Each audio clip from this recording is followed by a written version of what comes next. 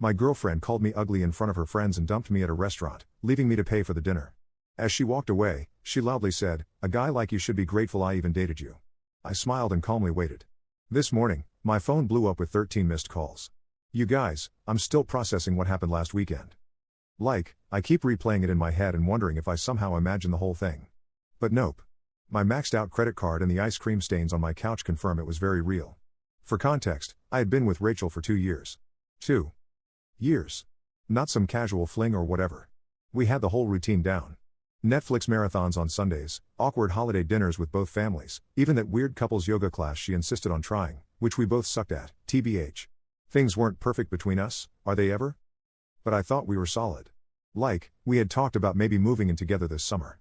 She had these little annoying habits, leaving her socks literally everywhere, texting during movies, and making these helpful comments about my appearance. Stuff like, "That shirt makes your arms look bigger," or "Have you thought about trying a different hairstyle?" I always brushed it off as her being honest. Pass me with such a doormat. So last Friday, Rachel texted me about this dinner with some work friends. She's never really included me in her work life before, always saying it wasn't professional or whatever. So I was actually excited. I even went shopping for a new outfit, RIP my budget, and spent forever getting ready. I'm talking full YouTube grooming tutorial, the fancy hair products I only use for special occasions, the works. I get to the super expensive restaurant downtown, the kind with tiny portions and no prices on the menu. Red flag number 1. Rachel's already there with 2 girls she works with, Leona and Paula. The moment I walk up, there's this weird vibe. Rachel barely acknowledges me. Just this half stand from her chair and a quick "you're late." I was literally 2 minutes late because parking was impossible. I sit down and she looks at my outfit and goes, "Oh, you wore that?" Not quietly either. Her friends exchange this look, and I immediately feel my face getting hot. For the record, I was wearing a dark blue button-up that I thought looked nice, nothing crazy or inappropriate. I try to laugh it off, is there a dress code I missed? But she just shrugs and says they already ordered appetizers. Cool. The next hour is basically Rachel talking about work stuff I don't understand while her friends nod along. Whenever I try to join the conversation, Rachel either talks over me or explains why I'm wrong about whatever I just said. At one point, I mentioned something about a customer at my store, and Rachel interrupts with, "He doesn't really get how things work in the real business world," with this dismissive wave, like retail isn't a real job. I've been a manager for 3 years. I'm sitting there getting more uncomfortable, wondering if Rachel's always been this condescending and I just never noticed, or if she's showing off for her friends. Either way, not a great look. Then Leona asks how we met, and I start telling the story about how her coworker Victor is my best friend and introduced us. Rachel cuts me off mid-sentence and says, "Yeah. Victor felt bad for him. I was doing a favor, really." Then, laughs. You guys. My stomach literally dropped. That's not even close to how it happened. Victor had actually warned me about Rachel's ego before setting us up, but said she was a good girl underneath it all. Spoiler alert, she wasn't. I excuse myself to the bathroom, mostly so I don't cry in front of them. I'm in the stall texting Victor "UTF is happening?" When I get a notification that Rachel just tagged herself at this restaurant on Instagram with girls' night out, I'm not even there. Victor calls me immediately, but I send him to voicemail because I don't want the girls to hear me crying. I splash some water on my face, fix myself up, and give myself this sad little pep talk in the mirror about getting through dinner with dignity. When I get back to the table, they're all laughing about something, but stop abruptly when I sit down. Awesome. The waiter brings our main courses, and Rachel keeps making these jokes about my food choice. I ordered pasta, one of the less expensive options because I was already worried about the bill, and she keeps saying stuff like carb loading for a marathon, and that's a bold choice for someone with your body type. Each comment feels like a little paper cut, and they're adding up fast. At this point, I'm barely eating. Just pushing food around my plate and counting the minutes until I can leave. Then Paula asks Rachel about some presentation, and Rachel launches into this whole story about how her boss loved her ideas, and she's basically running the whole project now. Something clicks in my brain. The week before, Rachel had been stressing about this same presentation, saying her portion was only 5 minutes, and she was nervous. Now suddenly, she's the star? It's like she's living in some alternate universe where she's the main character. Then the bill comes. The waiter sets it on the table, and Rachel picks it up, looks at it for a second, then slides it over to me. I think she's just showing me the total. But then she says, and I will never forget this, "You know what? I don't think this is working." I stare at her, waiting for the punchline. There isn't one. "I've been trying to make this work, but I'm just not attracted to you anymore. I think we should break up." In the middle of a restaurant. In front of her friends. After 2 years together, who does that? I'm completely blindsided. Are you serious right now? This is how you want to do this? She stands up, grabs her jacket, and says, I still get a knot in my stomach thinking about it. "A guy like you should be grateful I even dated you this long." You're not exactly a prize. Then she and her friends just left. They all walked out together laughing, leaving me sitting there with a $347 bill for all their stupid Wagyu appetizers and fancy cocktails. The waiter came over with this look of pity that made everything 1,000 times worse. I paid the bill with my credit card, which I'm still paying off from Christmas, yay, and somehow made it to my car without completely falling apart. I called Victor from the parking lot sobbing so hard he couldn't understand me at first. He came straight to my apartment with a pint of Ben & Jerry's and a bottle of wine, the real MVP. Between ugly crying and stress eating cookie dough, I told him everything. He was livid. I had to talk him out of driving to Rachel's place and causing a scene. That's when he got weird. He kept asking questions about what Rachel had said about work, projects she mentioned, her role in the company. Finally, he was like, Sebastian, I don't know how to tell you this, but Rachel isn't who she says she is at work. Turns out, Rachel isn't some hotshot marketing girl about to get promoted. She's an assistant who makes coffee runs and schedules meetings. All those business trips? Complete fabrications. The big presentation? She was just doing the slides for the actual team. The fancy title on her LinkedIn? Total fiction. I felt like such an idiot. For 2 years, this girl had been lying about basically everything, and I never questioned it. What else had she been lying about? That night after Victor left, I went into full detective mode. I scrolled back through our text history, our photos, everything. So many inconsistencies I'd missed. Comments about money that didn't add up. Times she had to work late, but her location showed her across town. I couldn't sleep. I kept replaying that moment in the restaurant, how small she made me feel, how humiliated I was. At 3 a.m., I get a text from a number I don't recognize. Hey. It's Chloe from Rachel's office. Victor gave me your number. There's some stuff you should know. That's when things got really interesting. First update. First, thank you all so much for the supportive comments on my last post. I literally cried reading some of them in a good way. A lot of you asked for an update, so here's what happened next in this absolutely wild situation. So after finding out from Chloe, who works with Rachel, that my girlfriend of 2 years had basically been living in a fantasy world of her own creation, I spent the next few days in that gross post-breakup fog. You know the one, where you're alternating between crying into a pint of ice cream and angrily scrolling through old photos wondering if any of it was real. My apartment looked like a disaster zone. Dishes piled up, laundry everywhere, and approximately 7 empty DoorDash bags because cooking felt impossible. The worst part was that I kept having these moments where I'd think of something funny to text Rachel, then remember what happened, and it was like being dumped all over again. My brain was literally stuck in a loop of, did that actually happen? And how did I not see this coming? I'd also been avoiding social media because I just knew Rachel would post something annoying. But Wednesday morning, I finally caved and checked Instagram. Sure enough, there was Rachel with some gym selfie captioned, "Level up, know your worth, the audacity." I nearly threw my phone across the room. Victor came over that evening with takeout and found me wrapped in my comforter like a sad burrito. He's been amazing through this whole thing, making sure I eat actual food, listening to me rant about the same things over and over, and not once saying I told you so, even though he had his suspicions about Rachel from the beginning. While we were eating, Victor showed me his texts with Chloe. Apparently, they'd been talking a lot, and she had tea to spill. According to Chloe, Rachel had been telling everyone at work that she dumped me because I was clingy and always talking about marriage. What? I was not the one who made a Pinterest board called Future Home Ideas. Yes. Rachel actually had one of these, which she claimed was research for some work project. Then Chloe dropped the real bombshell. Rachel wasn't just lying about her job title. She was currently on probation for taking credit for other people's work and might actually get fired soon. All those late nights working, she was frantically trying to fix mistakes before anyone noticed. Those business trips, complete fiction. I was still processing all this when my phone rang. It was Tom, Rachel's dad. I almost didn't answer, awkward, but figured I should be an adult about this. Tom has always been super sweet to me. Remembers my birthday and actually asks questions about my life, kind of sweet. He sounded concerned and asked if everything was okay between me and Rachel. Apparently, she told her family we had a little fight, but everything was fine. A little fight? The woman publicly humiliated me, dumped me in front of her friends, and stuck me with a massive bill. I tried to keep it vague, saying we were taking some space because I didn't want to put him in the middle. Then he mentioned Rachel's birthday dinner on Saturday and how the whole family was looking forward to seeing me there. You guys. I nearly choked on my lemonade. Rachel had told her family we were still together and that I was coming to her birthday dinner. The dinner was at her parents' house, and apparently, she'd told them we had big news to share. After hanging up, I sat there in shock while Victor looked at me like I'd grown a second head. He was like, is she delusional or just a pathological liar? Honestly, I was wondering the same thing. That's when we came up with a plan. I wasn't going to just ghost her family. They'd always been kind to me, and they deserved to know what kind of person Rachel really was. But I also wasn't going to cause a scene or be vindictive.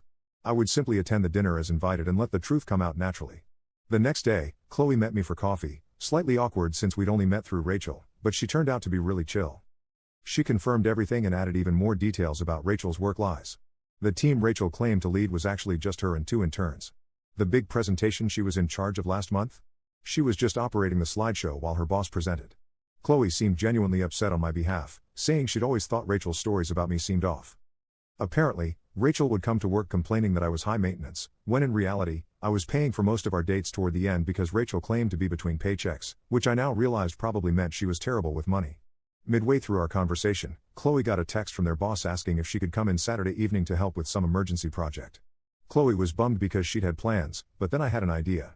What if Chloe needed to drop something off at Rachel's parents' house during the birthday dinner? The timing would be perfect. As we were figuring out the details, my phone buzzed with a text from Rachel, first one since the restaurant disaster. It just said, "We need to talk about what happened." I might have overreacted. Might have? I showed Chloe, and she nearly spit out her coffee. Overreacted is when you get annoyed about someone being late, not when you publicly humiliate your boyfriend of 2 years and stick him with a $300 bill. I didn't respond. Let her sweat. The next 2 days were a blur of preparation. I wasn't going to this dinner unprepared. I dug through old texts, finding all the lies, dates when she claimed to be at work conferences that didn't exist, stories about coworkers that Chloe confirmed were fabricated, even photos Rachel had posted of herself at work events that were actually just downloaded from the company website. Friday night, Victor came over to help me pick an outfit. Not gonna lie, part of me wanted to show up looking amazing just to spite her, but we decided the best approach was to look nice, but not like I was trying too hard. We settled on a simple black button-down that Rachel once said made me look average, which now I realize was her weird neg attempt because I got compliments whenever I wore it. I barely slept Friday night. What if this backfired? What if her family took her side? What if I froze up and couldn't go through with it? By Saturday morning, I had chewed my nails down to nothing and gone through about 17 different around noon. Rachel texted again, "Looking forward to seeing you tonight. Where's something nice?" My parents are excited. I didn't respond to that either. Let her think whatever she wanted. I spent the afternoon getting ready with a weird mix of dread and anticipation. Victor helped me with my hair and gave me a pep talk when I started to lose my nerve. At 5:30, I got in my car and headed to her parents' house. I had to pull over once because my hands were shaking too much to drive safely. I sat there for a minute, doing those breathing exercises from that meditation app I downloaded months ago, but never actually used. What was I doing? Was this crazy? Maybe I should just block Rachel on everything and move on with my life like a normal person? But then I thought about her sitting there at her birthday dinner, probably telling everyone some fake version of our relationship, maybe even making herself the victim somehow, and my resolve hardened. I pulled up to her parents' house at 6:15, fashionably late, which I knew would annoy Rachel. There were several cars already in the driveway. Looked like the whole family was there. I checked myself in the rearview mirror, took one last deep breath, and walked to the door. Rachel's mom opened it with a big smile and a hug, ushering me inside. The house smelled like Tom's famous pot roast, and for a second, I felt a pang of sadness. I genuinely liked Rachel's family, and this would probably be the last time I'd see them. I rounded the corner into the living room, and there was Rachel, drink in hand, mid-laugh at something her cousin said. She froze when she saw me, clearly not expecting me to actually show up despite what she'd told her family. The look on her face was, well, priceless tbh. For a split second, panic flashed across her features before she composed herself and came over with this fake smile. She gave me a stiff hug and whispered, "You actually came. We need to talk privately." I just smiled and said loud enough for everyone to hear that I wouldn't miss her birthday for anything, especially since she'd been telling everyone we had big news to share. The color drained from her face. Tom clapped his hands excitedly and asked if this was what he thought it was. Rachel's brother gave me a knowing look. Her mom started joking about finally getting grandkids. Rachel gripped my elbow a little too tight and tried to steer me toward the hallway, but her dad called out that dinner was ready, and everyone needed to sit down. As we all took our seats around the dining table, with Rachel nervously watching my every move, my phone buzzed with a text from Chloe. On my way. 15 minutes out. Rachel leaned over and hissed, "What are you doing here?" I thought after the restaurant. I just smiled sweetly and said loud enough for everyone to hear. "Oh, I wouldn't miss the chance to tell your family about what happened at that restaurant, Rachel. I'm sure they'd love to hear that story." The look of absolute panic on her face as her dad started bringing out the food? Worth every second of anxiety it took to get there. Game on. Second update. I'm finally ready to share what happened at Rachel's birthday dinner. Sorry for the delay. I needed a mental health day after all this drama. Plus, my Wi-Fi has been acting up because my neighbor borrowed my password and apparently downloaded the entire internet. Where did we leave off? Right. Me sitting at the dinner table with Rachel's family while she panicked about what I might say. So there I was, surrounded by Rachel's family. Her parents Tom and Ruth, her brother Kyle, her grandpa, and 2 cousins whose names I always mix up. The table was loaded with Tom's famous pot roast, those buttery mashed potatoes I've literally dreamed about, and a fancy salad that nobody was going to eat but everyone would pretend to appreciate. The first 20 minutes were straight up awkward. Rachel kept trying to control the conversation while shooting me these warning glances. I just smiled and passed the bread rolls, enjoying the way her left eye twitched every time I opened my mouth. Petty? Maybe? Satisfying? Absolutely. Tom kept the conversation flowing. Bless him. He asked about my family, my job, the usual small talk. When he mentioned how proud they all were of Rachel's big promotion, I nearly choked on my water. I glanced at Rachel, whose face had gone the exact shade of the beets on the table. Rachel jumped in, talking about how her team was crushing their targets and how her boss was practically grooming her for senior management. I just nodded along, watching her dig herself deeper with each word. Ruth, who's always been the quiet type, suddenly asked Rachel about the Johnson account. Apparently, Rachel had been telling her mom about some huge deal she was supposedly leading. Rachel's answer was so vague, it could have been a horoscope. Something about strategic pivots and leveraging core competencies that literally meant nothing. Her brother Kyle caught my eye across the table. He's always been the skeptical one in the family, the type to Google facts during arguments and call people out on their BS. He raised an eyebrow at me like, is she for real right now? That's when Tom brought up the future. He asked us about our big news and whether it had anything to do with us taking the next step. Rachel nearly dropped her fork and mumbled something about it not being the right time to discuss it. Her grandpa, who has zero filter and is my absolute favorite person in her family, cuts in with, so are you two moving in together or what? Because Rachel said you were looking at apartments together. Again, news to me. The furthest we'd gotten in that conversation was me once saying, maybe we should think about combining our Netflix accounts to save money. Rachel tried steering the conversation back to herself, talking about how her boss had given her a company card for business expenses.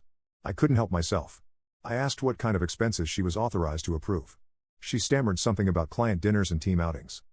That's when I casually mentioned, oh, speaking of dinners, Rachel took me to this amazing restaurant last week. What was it called again, honey? The one where you met up with Leona and Paula? The color drained from her face faster than my phone battery on TikTok. Seriously, my phone can't handle more than 20 minutes of scrolling before dying. Anyone else? Before she could respond, the doorbell rang. Perfect timing. Tom went to answer it, and I heard his delighted, "Oh, Chloe." What a surprise. Rachel looked like she might actually pass out. Chloe walked in with a folder, all professional, in her button-up shirt. She apologized for interrupting the birthday dinner, but said she had some work documents Rachel needed to sign urgently for Monday morning. Tom, being the perfect host, immediately invited her to join us for cake later. Rachel tried to usher Chloe toward the front door, but Ruth insisted they could handle work stuff right there at the table since we're all family here. Chloe sat down in the empty chair beside me, which I'd strategically saved NGL. Rachel was gripping her fork so hard I thought it might bend.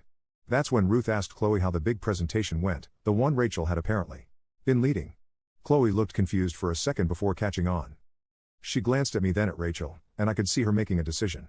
Chloe said the presentation went well but clarified that their boss had delivered it, with Rachel and the team providing support. Ruth looked confused and said that wasn't how Rachel had described it.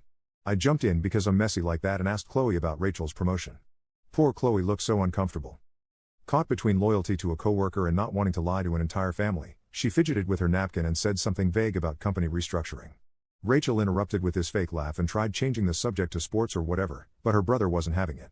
He asked Chloe point blank what Rachel's current title was. The silence that followed was like that moment when you drop something in a public bathroom. Everyone hears it. No one wants to acknowledge it. Chloe looked at Rachel, who was silently pleading with her eyes, then at me. I nodded slightly. She cleared her throat and said that Rachel was an administrative assistant in the marketing department. The silence. Ruth put down her fork slowly. Her grandpa made this little hump sound. Kyle muttered something that sounded suspiciously like, I knew it. Rachel immediately went into damage control mode, saying Chloe was confused, that she had multiple roles, that it was complicated.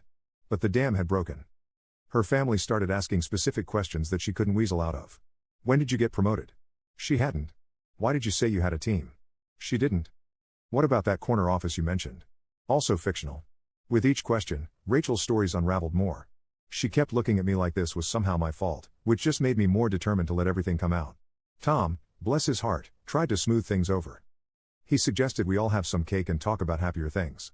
As he went to the kitchen to get it, Kyle asked me directly about the restaurant I'd mentioned earlier. This was my moment. I took a deep breath and told them everything. How Rachel had invited me to meet her friends, how she'd belittled me throughout dinner, how she dumped me in front of everyone and walked out, leaving me with a $347 bill I could barely afford. Rachel tried interrupting several times, but her mom shut her down with this look I'd never seen before. Pure disappointment. Rachel's defense, that I was exaggerating and playing victim, That I had embarrassed her in front of her colleagues by not fitting in, that leaving me with the bill was teaching me financial responsibility. Her grandpa actually snorted at that last one. Chloe, who had been quiet through most of this, finally spoke up. She confirmed my story, adding that she'd heard Rachel bragging to coworkers about how she'd put me in my place. She even pulled out her phone and showed texts from Paula, receipts, y'all, discussing what had happened. Tom came back in with the cake just as Rachel was trying to paint herself as the victim. He set it down and asked what he'd missed. No one spoke for a moment. Then Rachel's mom said, very quietly, that they needed to have a family discussion about honesty. Rachel exploded, like full-on temper tantrum. She accused me of turning her family against her, called Chloe a traitor, and said everyone was just jealous of her success. What success? She knocked over her water glass, pointed at me, and yelled that a guy like me should be grateful she even bothered with me. Her dad gasped. Her grandpa said something that I'm pretty sure was old people swearing. Her brother just shook his head like he wasn't even surprised. I stayed calm somehow and said that the only thing I was grateful for was finally seeing who she really was. Rachel stormed out, slamming the door so hard that one of Tom's decorative plates fell off the wall and cracked. The aftermath was weirdly peaceful. Tom apologized to me like 50 times. Ruth looked tired and sad. Kyle helped clean up the spilled water. Chloe apologized for her part in the awkwardness but said she couldn't stand by while Rachel lied to everyone. Then the strangest thing happened. Instead of asking me to leave, they insisted I stay for cake. We all sat there. Rachel's ex-boyfriend, her coworker, and her family, eating birthday cake without the birthday girl. In any other situation, it would have been the most awkward thing ever. But somehow, it wasn't. After cake, I helped Tom clean up in the kitchen. He kept apologizing and saying he had no idea Rachel had been lying about so much. He seemed genuinely heartbroken, not just about what she'd done to me, but about who his daughter had become. I felt bad for him tbh. No parent wants to realize their kid is, well, kind of terrible. He asked me quietly if there had been signs before. And I admitted that looking back, there were red flags I'd ignored because I wanted to believe the best about her. When I was getting ready to leave, Rachel's mom pulled me aside. She thanked me for my honesty and apologized for what her daughter had done. She seemed so defeated, like she was trying to figure out where they'd gone wrong in raising her. I assured her it wasn't their fault. Rachel had made her own choices. Chloe offered to walk me to my car, probably sensing I needed a moment to process everything. As we walked down the driveway, she mentioned that Rachel had been having problems at work for months, taking credit for other people's ideas, lying about her contributions, even faking emails from clients. She was actually on her final warning before potential termination. Suddenly, Rachel's desperate need to appear successful made a twisted kind of sense. Her whole identity was built on this fake image of success and status. When I thought about it that way, I almost felt sorry for her, almost. I thanked Chloe for backing me up and drove home in a weird state of emotional exhaustion mixed with relief, like when you finally take off uncomfortable shoes at the end of the day.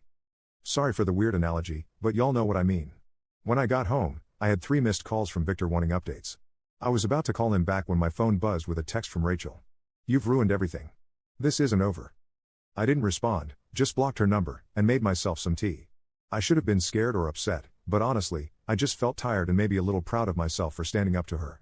I thought that was the end of it. I really did. But this morning, my phone blew up with 13 missed calls from Rachel's dad, her brother, Chloe, and several numbers I didn't recognize. Something had happened overnight. And based on the increasingly frantic voicemails, Rachel had completely lost it. Last update, I'm finally ready to explain about those 13 missed calls. Thanks for being patient while I processed everything that happened. Also sorry for the delay. My laptop decided to do a surprise 4-hour update right when I sat down to write this. So where were we? I woke up Sunday morning after the birthday dinner disaster to find my phone blowing up with calls from Rachel's family and Chloe. At first, I legit thought someone had died or something. My stomach did that awful dropping thing as I scrolled through the notifications. 5 missed calls from Tom, 3 from Kyle, 2 from Chloe, and 3 from numbers I didn't recognize. I called Tom back first because he seemed the most worried based on his voicemails, which were just variations of Sebastian. Please call me as soon as you can. He picked up on the first ring sounding exhausted. Apparently, after Rachel stormed out of the birthday dinner, she'd gone on a complete bender. She'd shown up at her ex-boyfriend's apartment at, 2 a.m. drunk and ranting about how I'd ruined her life. The ex, who I didn't even know existed tbh, was understandably freaked out and called Kyle, who had to go pick her up. But that wasn't all. Rachel had also spent the night sending unhinged messages to practically everyone we knew. She'd texted Chloe threatening to ruin her at work. Lol, good luck with that when you're about to get fired. She'd posted this long rambling status on Facebook about how she was surrounded by snakes, and people would regret betraying her. Most concerning was that she'd posted my address in a private message to her friend Paula, saying she was going to make me pay for humiliating her. Paula, who apparently has some moral compass, immediately called Tom and forwarded the message, which is why he was trying so desperately to reach me. I was sitting on my couch in my ratty old pajamas, hair still in yesterday's messy bun, trying to process all this information while Tom apologized approximately 50 times for his daughter's behavior. I should have been scared, I guess. But honestly, I just felt tired. Like, when your phone is stuck at 1% battery for hours, just waiting for it to finally die so you can charge it and move on.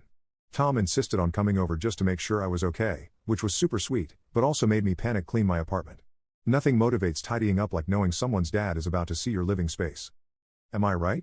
I was literally throwing dirty laundry into my closet and scrubbing dried toothpaste off the bathroom sink when my doorbell rang. It wasn't just Tom. Kyle was with him too. They brought coffee and those little pastries from the bakery near their house, which, not gonna lie, might be what I miss most about being with Rachel. We sat at my tiny kitchen table with the wobbly leg that I've been meaning to fix for months, and they filled me in on the Rachel situation.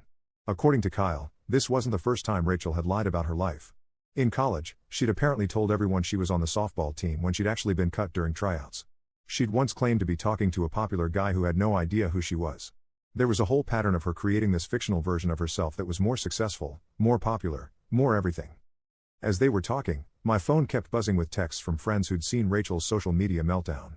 Victor was freaking out, wanting to come over with his girlfriend who does kickboxing just in case. He watches too many crime shows, I swear.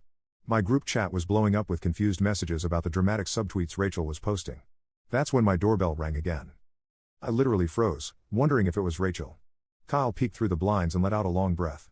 It was Chloe. Apparently, Rachel had been blowing up her phone all morning too, and Chloe wanted to warn me in person since Rachel had mentioned paying me a visit. So there we all were, me, Rachel's dad, her brother, and her coworker, sitting in my living room on a Sunday morning, trying to figure out what to do about this woman-child throwing a tantrum because she got caught in her lies. If it wasn't so stressful, it would have been hilarious. Like, imagine explaining this situation to someone who wasn't there. Chloe mentioned that their boss had already gotten wind of Rachel's social media tirade. Someone had screenshotted and forwarded it. So Monday at work was going to be interesting. Kyle was worried Rachel might do something stupid if she lost her job on top of everything else. That's when my doorbell rang again. This time, it was the building manager, looking super awkward. Apparently, Rachel had been downstairs making a scene in the lobby, demanding to be led up to my apartment. The manager had refused, bless him, and threatened to call the police, at which point Rachel had stormed off, but not before yelling that I was a lying bastard loud enough for the entire first floor to hear. Tom looked devastated. He kept apologizing and saying he didn't know where they went wrong with her. I felt terrible for him. Imagine realizing your adult daughter is basically a walking red flag. Kyle was more practical, suggesting I document everything just in case Rachel's behavior escalated. We were all sitting there trying to figure out what to do when my phone buzzed with a notification. Rachel had tagged me in an Instagram story. Against my better judgment and everyone in the room telling me not to look, I opened it. It was a photo of me from early in our relationship, sleeping on her couch with my mouth open, captioned, "Mr. Perfect who ruined my birthday isn't so perfect. A guy like you should be grateful anyone took pictures of you at all." Like, that was her big revenge? A slightly unflattering photo from 2 years ago? I actually laughed out loud, which wasn't the reaction Tom was expecting. But honestly, if that was the worst she could do, I was going to be fine. Just as we were discussing next steps, there was a loud pounding on my door. We all jumped. Then we heard Rachel's voice, slurring slightly. "I know you're in there. Open the door." Chloe immediately stood up like she was going to confront Rachel, which was sweet, but unnecessary. I was already calling the building security guard, perks of a slightly more expensive apartment building. Rachel kept pounding and yelling, and I could hear my neighbor's door open as she came out to see what the commotion was about. By the time security arrived, Rachel had moved on to kicking the door. The security guard didn't mess around. He told Rachel to leave or he'd call the police. There was some back and forth that I couldn't quite make out, then silence. The guard knocked gently and let me know Rachel had left the building but was still in the parking lot, possibly waiting. Tom was mortified. He insisted on going down to deal with his daughter himself. And honestly, I was happy to let him. He was so upset that Ruth, Rachel's mom, had to come pick them both up. The whole situation was just sad. After they left, Chloe and I sat on my couch in stunned silence for a bit. She finally broke it by asking if I had any alcohol, which felt like the appropriate response to the morning we'd had. We split a bottle of wine I'd been saving for a special occasion, and this definitely counted. By the time Chloe left, it was late afternoon, and I was emotionally exhausted. Victor came over and stayed the night just in case Rachel decided to make a return appearance. She didn't, thankfully. We ordered pizza, watched bad reality TV, and tried to process the absolute soap opera my life had become. The next few weeks were, well, an adjustment. Rachel got fired from her job after failing to show up for 3 days and sending inappropriate emails to several coworkers. She moved back in with her parents temporarily, which I only know because Kyle and I have kept in touch. He's actually pretty cool. We get coffee sometimes. Rachel tried to contact me a few more times, leaving voicemails that ranged from angry to tearful to weirdly nostalgic. I saved them all just in case, but never responded. She created a few fake Instagram accounts to message me, but they were so obviously her, who else would write "you're making a big mistake with that spelling error," that I just blocked them instantly. The weirdest part was running into her at Target about a month later. I was in the home section looking at shower curtains, and suddenly there she was, holding a pack of socks and looking like she hadn't slept in days. We made eye contact, and for a second, I thought she might cause a scene. Instead, she just turned around and walked away, leaving her shopping basket right there in the aisle. That was 3 months ago now. Rachel eventually moved to her aunt's place in another state, according to Tom, who still sends me holiday cards, which is sweet, but awkward. Her social media has gone suspiciously quiet.